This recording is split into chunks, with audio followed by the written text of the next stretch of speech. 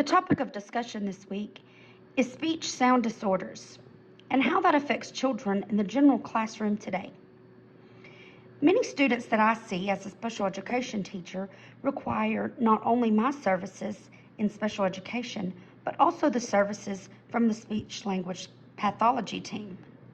Unfortunately, our school district has a shortage of SLPs, and many of our SLPs currently have to provide services across multiple school locations. Because of this,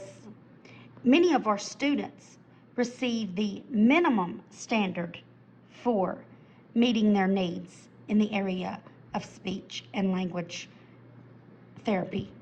rather than being able to receive the extra services that they may have received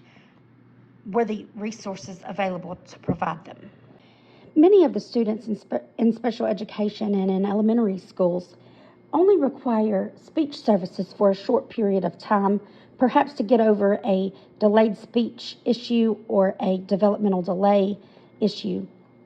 However, there are some students who have a hearing impairment or a language disorder combined with speech disorder, which causes them to need speech services for a longer period of time and with more in-depth interventions. The lack of resources makes it difficult for students to receive the amount of services that would help them overcome these issues at a faster rate. For this reason, many of these students find themselves being frustrated and overwhelmed when they move from grade to grade or school to school and do not have someone that can understand what they're saying. It often leads to behavior issues, not because the child is a bad child, but because they can't relay what it is they're trying to say,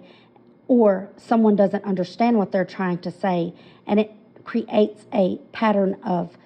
frustration for them to be able to find someone to understand them. For that reason, many times I am able to serve as an advocate for them and help them communicate with their teachers, even when their teacher is unable to understand them. A wonderful thing that I have found within my school is that most of my students who require speech therapy have developed a bond with their classmates who, from year to year, have begun to understand what those children are saying and can relay that to substitutes or new teachers to help their classmate better communicate